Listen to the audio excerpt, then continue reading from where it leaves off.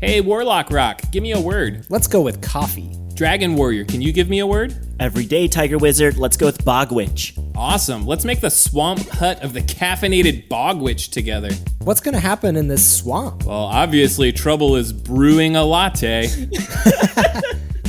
Do you love game design and seeing the guts of how RPG adventures are made? Listen to the Epic Levels Mad Dungeon podcast, where guests from the world of role-playing games join us to create original and super fun content for your table. This is the Vintage RPG Podcast, your source for the best in classic and contemporary RPGs. With your hosts, Hambone and Stu. Welcome to this RPG Podcast, coming at you again from the clubhouse, hidden somewhere in the swamps of New Jersey. I'm John Hambone McGuire, and with me, as always, is the founder and publisher of Unwinnable. He said, Hambone, today we're going to talk about the reason why Mrs. Maisel didn't get a sixth season, Stu Horvath. I don't get that joke at all. It's a very, very deep joke. Basically, today we're talking about Orcs. Orcs and the special effects laden Rings of Power on Amazon are the reason why many of the other Amazon shows that everyone were enjoying had to either wrap it up this season or got canceled altogether, like Paper Girls, because it cost too much to make that Lord of the Rings show. Wow, I didn't know that. That's Told pretty. you. That's a sad state of affairs. Jeez. Yeah, like a big award-winning show. I mean, Paper Girls, I get it. You know, it's like, well, when it launched, there wasn't much hope for a second season to begin with. But like, you know, apparently, according to like Variety and a couple other spots, Amazon, like every other streamer, is trimming the fat. And what they consider to be fat is anything that they're not spending billions of dollars to make, like the Rings of Power, the Lord of the Rings show that actually wasn't very good, if I'm being quite honest. I nothing about it grabbed me or made me interested in watching it. I'm kind of like finished with Tolkien in a lot of ways. Yeah. Not that I'm saying that he's bad or anything. It's just like I'm at capacity with Tolkien. There's more out there, and I'm that's what I'm interested in, and more Tolkien film. Like I've kind of soured on the Jackson movies in a way that surprises me. Really? Yeah, I don't know. They're a little too weighty. The problem is that I really, and my kid has watched the cartoons, the Rankin Bass cartoons, and the Ralph Bakshi adaptation, and I just find them a lot more upbeat and lighter, less self-serious maybe. And I just enjoy, if I'm gonna watch something like that, I'm gonna watch those for what it's worth. Definitely interesting, because I mean, I love the Jackson movies, and that was like, I've never read Tolkien, I'm never gonna read Tolkien. I was like, oh my god, he's their fantasy podcast, he's never read Tolkien. Yeah, it's a lot of words and very obtuse at times, and I don't care. But I love the Lord of the Rings. I love the Jackson movies. And it's interesting because, you know, I actually mentioned this the other day. When I used to travel a lot for work, I was a traveling salesman, and whenever you'd be in a hotel on a Saturday, you were guaranteed to see one of three movies. It was going to be Shawshank Redemption, Lord of the Rings and Two Towers, or Talladega Nights. So I've seen those three movies more than I've seen probably Star Wars at this point. You know, I have seen the Shawshank Redemption probably more than I've seen Star Wars. But, you know, I love the Tolkien movies, you know, and everyone's like, oh, the Hobbit ones weren't that great. They weren't as good as the Lord of the Rings trilogy, but it was, you know, it was more action packed. And I think that was the problem. It's like, well, you know, where there was a lot of walking going on in the first three. It's like, well, when we do the Hobbit, we got to speed it up a little bit, but they were still like friggin' long movies. Anyway, we're not here to talk about the Hobbit or the Lord of the Rings, or, you know, my current issues with Amazon, shaking my fist at the ceiling, canceling my programs. Orcs. So the reason I want to talk about Orcs is because I got a really cool toy, Himbo. Did you now?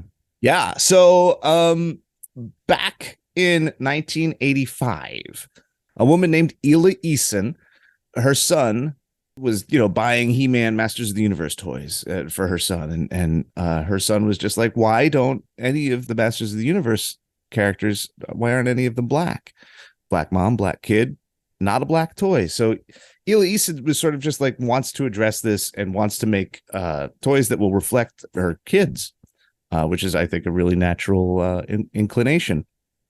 And she creates Sunman, Rulers of the Sun. And these are basically, I mean, like, if you want to get right down to it, they're a HeMan knockoff. Right. But they're a HeMan knockoff that all the characters are, it's a diverse cast of characters. And they're great for what they are. They're the same. The originals are the same scale, and they represent different cultures for different kids who want to play He-Man, because everybody wants to be the hero. The cool thing about Sunman is the villain is named Pighead. That's awesome. And Pighead is a pig-faced orc. Like, there's no way around it. I saw him a while back, and I was just like, oh my gosh, he's just an orc. Like a D&D style with the snout and the tusks. He's an orc, and he's got a really good color scheme. His skin is like green, but it's like a neon green. And his armor is sort of like blue, and he's got pink accents on that. He's really strutting a powerful color palette. Oh, yeah. I'm looking at the picture now. It's striking. Oh, yeah. Some of the best villain colors that I have encountered. But he's a pig-faced orc. The problem is, for me, as a collector of these things, the Sunman toys are a little difficult to find. They and when you do find them, they're usually, played with condition and still a lot of money. So I could never get my hands on a Pighead because I just can't. Some things I just can't spend a lot of money on.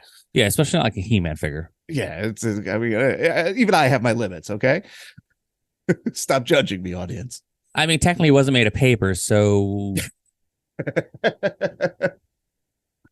So the cool thing is that Mattel has recently folded the Sunman line into the broader Masters of the Universe line. There's a 3-pack that has sort of their modern version of the classic retro design He-Man. There's a 3-pack of Sunman, Space Sumo, and Pighead available at Target, which is why I went there with my kid and I saw that. I was like, I wonder if I could get this without the other characters, because as much as I think Sunman is cool, I don't need those. I just need the Pigman because of my established interests. Yeah, and Orcs.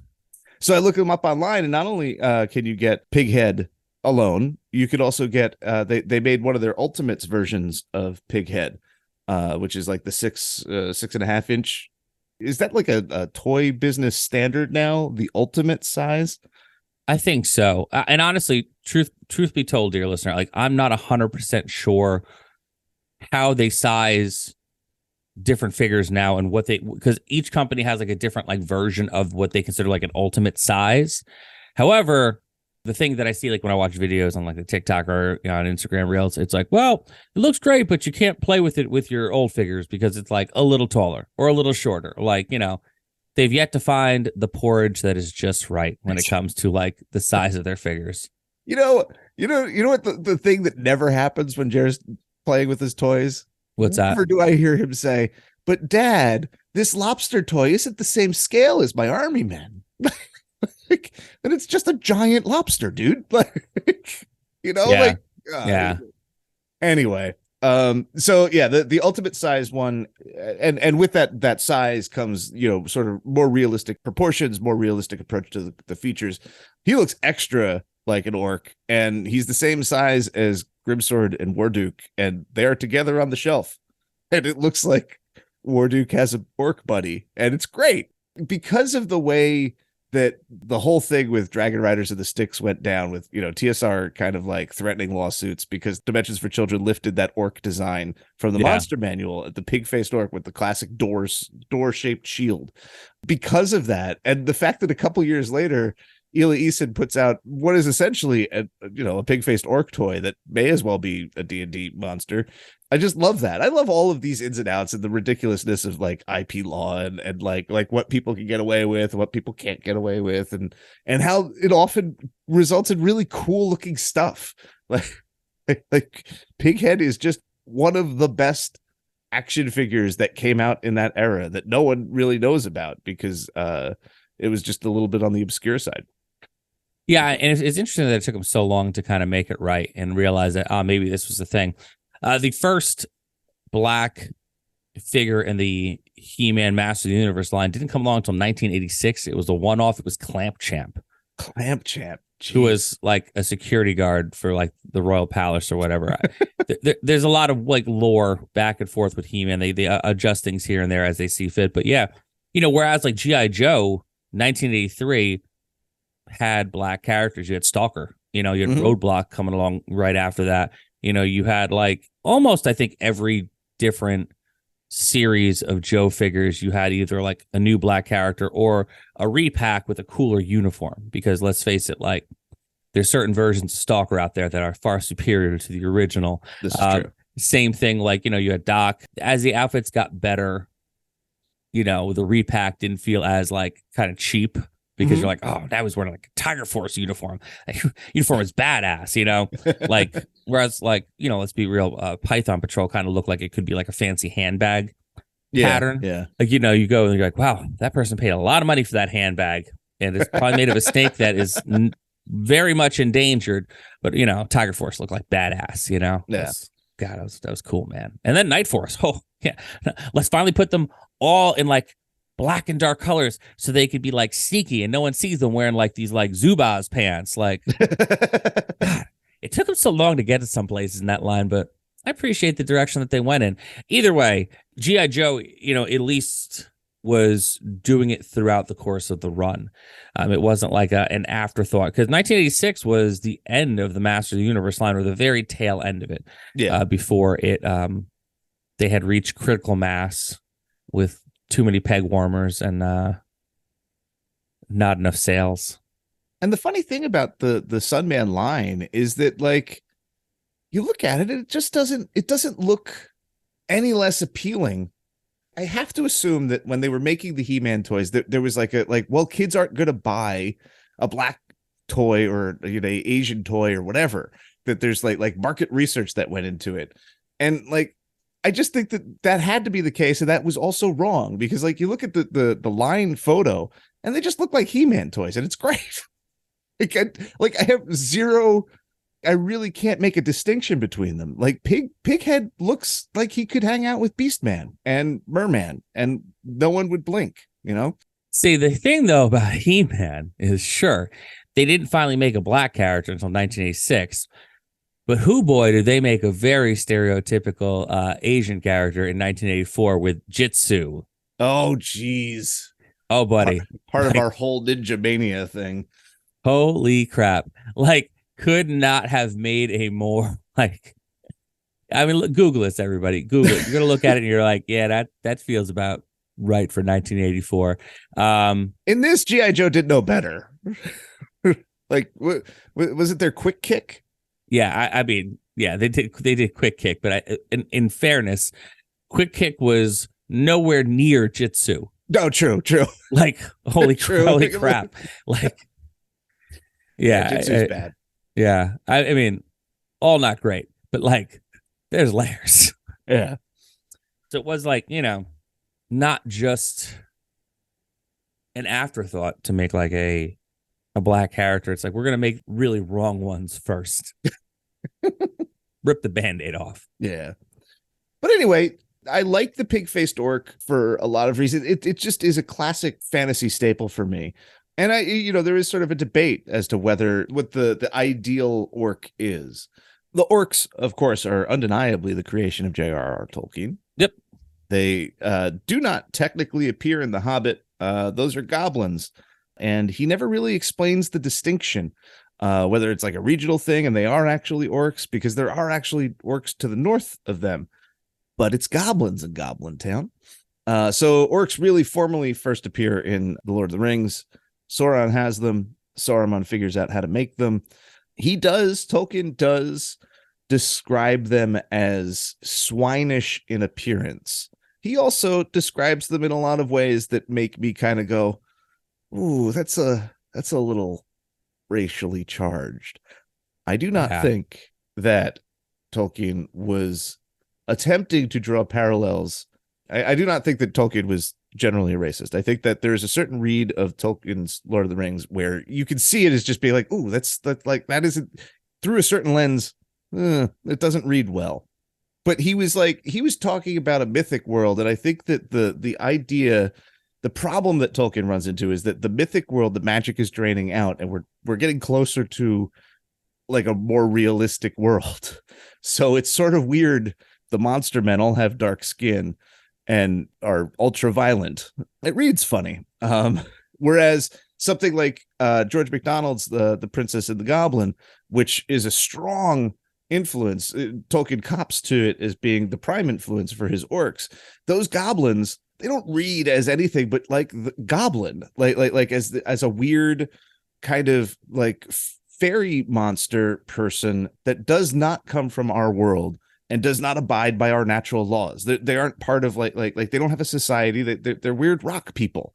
It just plays better that way. It's introduction, this idea that Middle Earth becomes the real world at some point, that I think makes it dodgy in his portrayal of the orcs. Yeah, I could definitely see that. I'd also imagine he didn't name his cat anything weird. Yeah, maybe just true. like Walter. I feel like he'd have a cat named Walter or something. Yeah. So again, I'm not saying that Tolkien was an avowed racist. I think he was the exact opposite. I think that there's stuff in his work that can be viewed in that lens, that you could draw a kind of racist conclusion from it.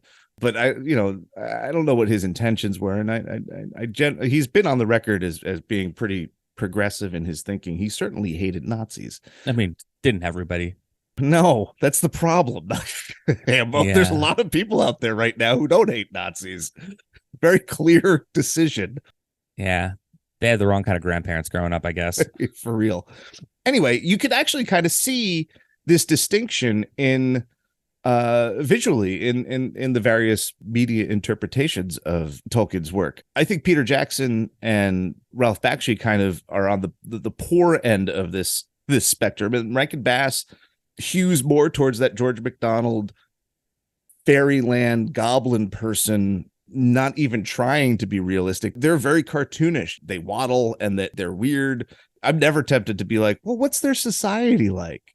The Rankin Bass guys are like they're little goblin guys. They're probably gonna eat my toes, like Little dudes. Yeah. Little guys being dudes. Whereas the Ralph Bakshi and Peter Jackson or sort of fall into this idea, this trap of trying to portray something a little bit more realistic, and in attempting that realism, fall afoul, because like you can really look at Jackson's orcs and kind of be like, oh, dude, come on, you should have thought this through a little bit better. Yeah. But I mean, like it's like what, 91, 90? Like that's like the home stretch, between like 90 and I think like 2000, like I would even go far as saying 2006, the home stretch of like Hollywood, where it was like, oh, this is how we did things and this is the way we portrayed things, and then like slowly started inching away from that. Mm-hmm. So I'm not, I mean, now it would be a very different kind of vibe, but like I definitely think that, like it wasn't more at that point, by the time that Lord of the Rings was in production, it wasn't more than like 15 years since we had stuff like Long Duck Dong and 16 Candles. And that was like, this is what's up. And then like, it took a while, I think, in Hollywood for them to kind of slowly start moving away and like taking their foot off the base of what they would consider like acceptable in like 1984 and even like the early 2000s to like, mid 2000s when things started to shift a little bit, 2008, 9, 10 to where we are now. Like I kind of really only feel like we've had about a decade and change of progressive, surface level progressive, storytelling and inclusivity in Hollywood and in major productions.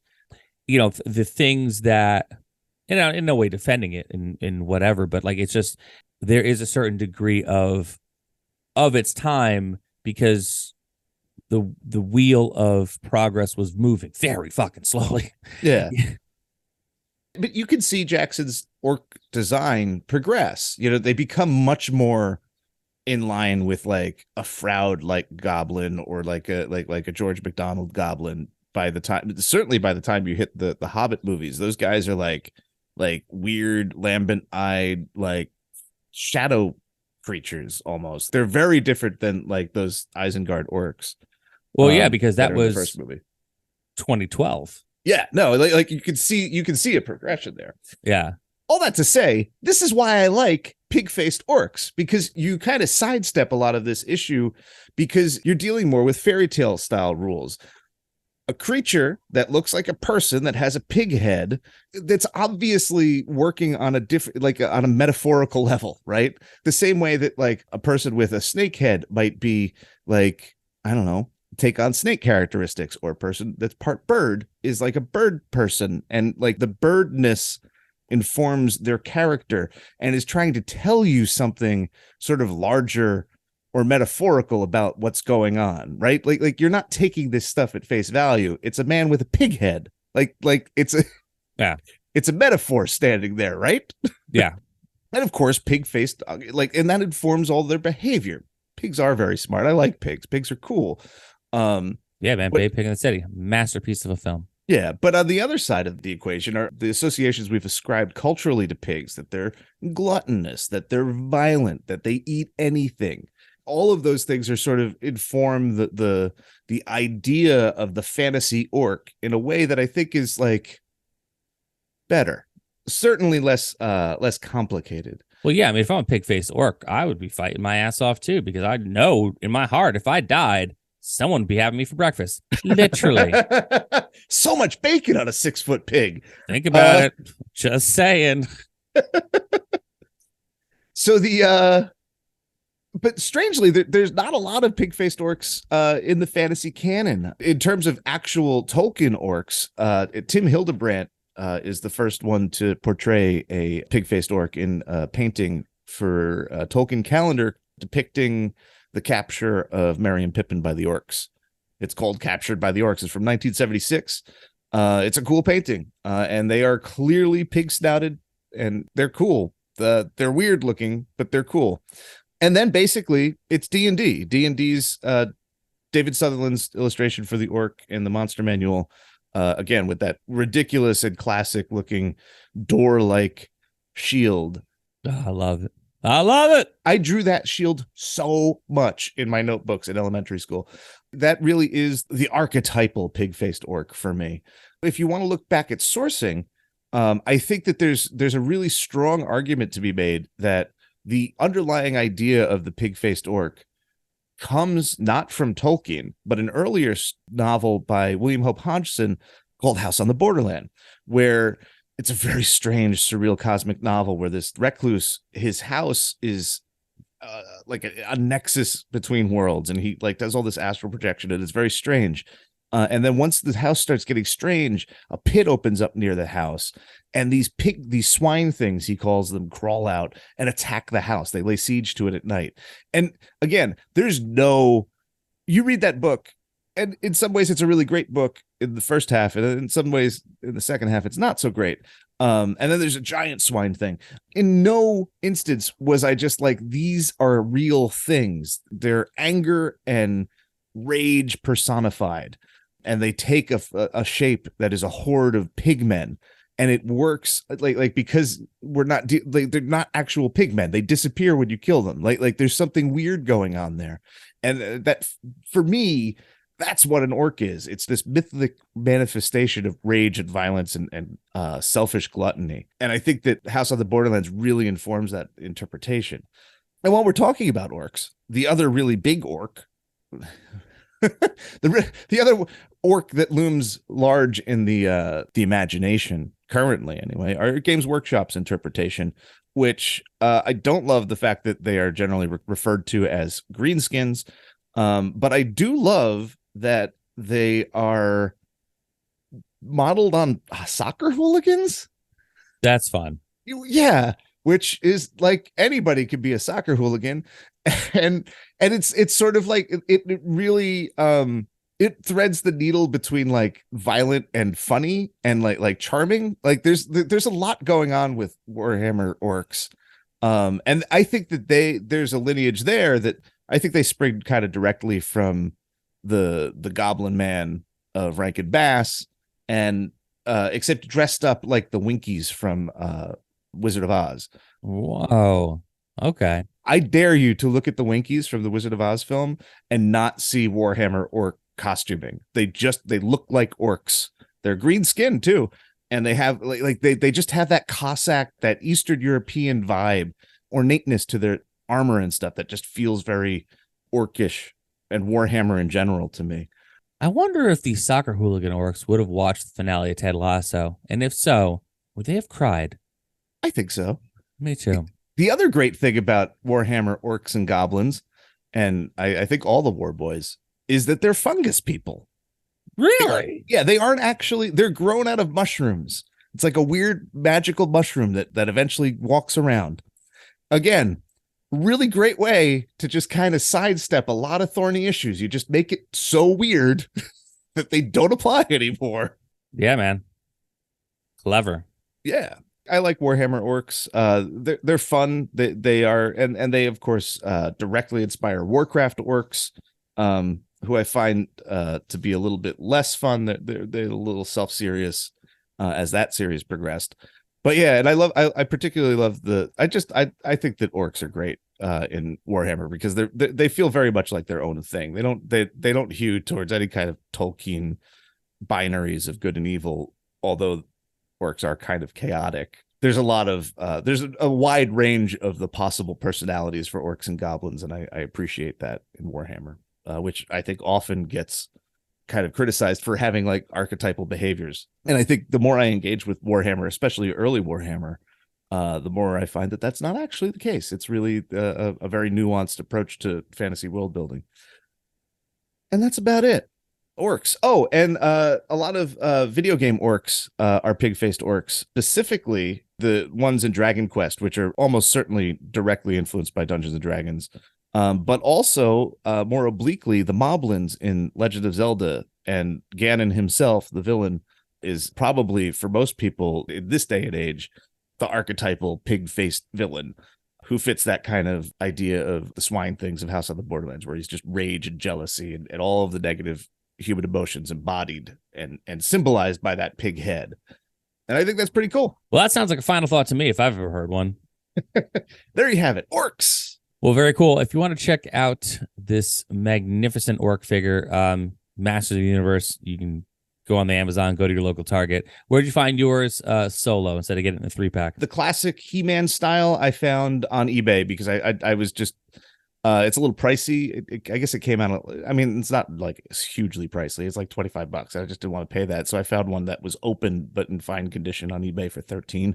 The nice price, man. Yeah. You know, the nice price. God, action figures have gotten so expensive from when we were kids. They have, man. I love those Super 7 reaction figures, but they're $12 toys to me. And the fact that their list price is $20 like hurts me physically. Yeah, it's interesting, man, because I remember like, well, you know, like I follow a bunch of different people on Instagram and like they post like old toys and stuff, you know, just to get my little nostalgic pop for the day. And whenever like I see like a Toys R Us or like a Child World, KB Toys, like logo sticker on there, and I see how like the price was maybe like $2-3 for like a G.I. Joe or a He-Man figure or a Star Wars figure versus like, you know, Black Series, $20. It's like, that's a lot. Yeah. Like I get things have gone up in price and they had to, you know, since I was a child, but it's like, that feels like an escalation to me. Anywho, this has been another amazing episode of the Vintage RPG Podcast. Dude, where can people find you on the internet? They can find me on the old Instagram at Vintage RPG. You could bet your bottom that I will be posting pictures, have a post of good old Pighead and some other cool toys that I have gotten recently and have not talked about, but I will certainly talk about them soon. You can bet. Glamour shots of Pighead. You can find me across the internet at John McGuire RPG, TikTok, Instagram, Twitter. I'm on Substack. I will write there again. I've been caught up writing my own stuff, so it's just been trying to hit deadlines and whatever. But I am posting more on Instagram. If you want to see like bits of my life, that's where you go, maybe, I guess. Anyway, if you like the show, don't forget to rate, review, and subscribe. Your reviews really do help other listeners to find us. If you really like the show, why not become a patron? Patreon.com/vintagerpg. We get a behind-the-scenes look at Stu's book, which is called Monsters, Aliens, and Holes in the Ground, a guide to tabletop role-playing games from Dungeons & Dragons to Mothership. We also get a behind-the-scenes look at my RPG 321 action, as well as anything else that we're writing and working on. We'll kind of talk about in there. We've got a killer Discord community that we'd love for you to be a part of, which is like really chill. It's one of the places that I It's actually the only place I enjoy being on the internet, and we are active every day. We're always chatting with people, talking about more than just RPGs, but the focus is RPGs there. We run games for our patrons. At a $10 level, Stu is running West Marches. Stu, how many people you killed that West Marches game you just played? 3. They were super cautious in the game that we played afterwards, so I didn't get any of them that time. Yeah, maybe they're still next week. I run all different kinds of stuff. I just recently ran Call of Cthulhu. I just put an poll up to see what I'm going to run next. On the poll right now, we got Aliens, we got Alien, we got Call of Cthulhu, we got D&D, we got DCC. I'm up for another category as well, but I love running games for our patrons. Check it out, patreon.com/vintagerpg. Oh, and you also get early release episodes at some point on Friday, depending on when Stu and I record them. You get it before anybody else does. So check that out. So for Stu Horvath, I'm John Hambone McGuire. May the dice always roll in your favor. Take care.